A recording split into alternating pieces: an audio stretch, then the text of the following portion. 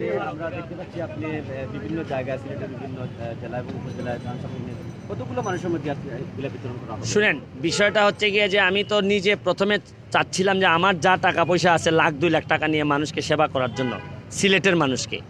মানুষ যখন বন্যার্ত হয়, বিপদে পড়ে, তখন নেতা হওয়ার সময় না, তখন ইলেকশন করার সময় না, তখন হচ্ছে গিয়ে তার ঘরে খাদ্য নিয়ে যাওয়ার সময়।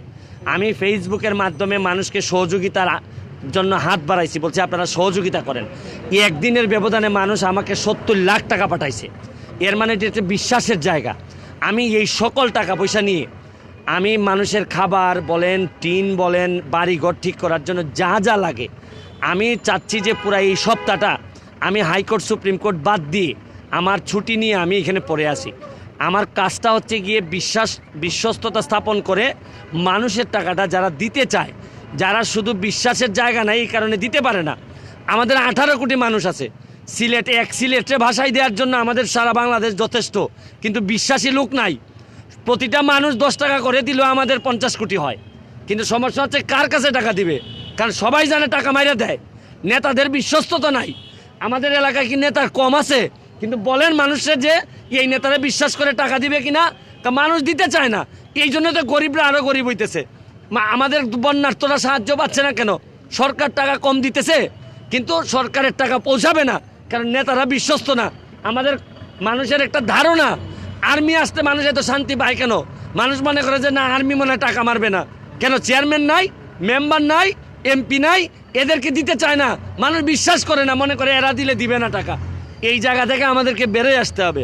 এখন সিলেটের বন্যা এইটা একটা মহাজাগতিক দুর্যোগ, এই জায়গা থেকে বেরোয় আসতে হবে। আমরা এক একজনকে সহযোগিতা করলেই কিসের জন্য, কিসের টানে? মনুষ্যত্বের টানে। মানুষ হিসাবে আমি সিলেটি, আমার বাড়ি হবিগঞ্জে, আমার সিলেটের মানুষ বিপদে পড়বে আর আমি গিয়ে জালালাবাদের নির্বাচন করব, এইটা হইতে পারে না। অথবা আমি আমার ব্যক্তিগতভাবে বিজি থাকবো। আমার শুনেন, অন্য জায়গায় বিপদ হইতেছে, আপনি ভাবতেছেন আপনার কোনো দায়িত্ব নাই।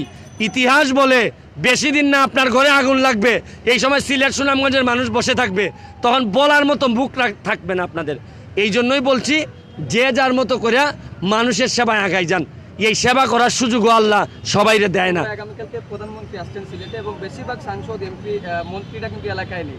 এ বিষয়ে আপনি বারবার আক্ষেপ করছেন। শুনেন, যারা মানুষের নেতা এরা এমপি মন্ত্রী সবসময় হয় না। আর এমপি মন্ত্রী হয়েও যদি এলাকায় না থাকে, এটা আমাদের দুর্ভাগ্য। আমরা এখন কাদের বিরুদ্ধে বলবো? এখন নির্বাচনে আমরা, এখন তো আর ভোটের সময় না, তাইলে তাদের বিরুদ্ধে বলতাম। এখন আমাদের ত্রাণ দেওয়ার সময়, কিছু বলতে পারতেছি না, ত্রাণ দিতেই থাকি।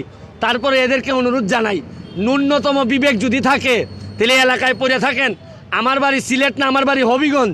আমার মতো লোক আমি সব ছেড়ে যদি এখানে আসতে পারি, তা আপনারা আসবেন না কেন? শুনেন, মানুষ আপনাদেরকে বলবে কিনা জানি না, তবে ও মানুষ যেন না বলে, এই চেষ্টাটা অন্তত করে যাচ্ছেন। বন্যার তো মানুষের পাশে এসে দাঁড়িয়েছেন। আমরা তার বক্তব্য শুনছিলাম। তিনি আক্ষেপ করে বলছেন এলাকায় বেশিরভাগ নেতা নেই, এমপি নেই, মন্ত্রী নেই।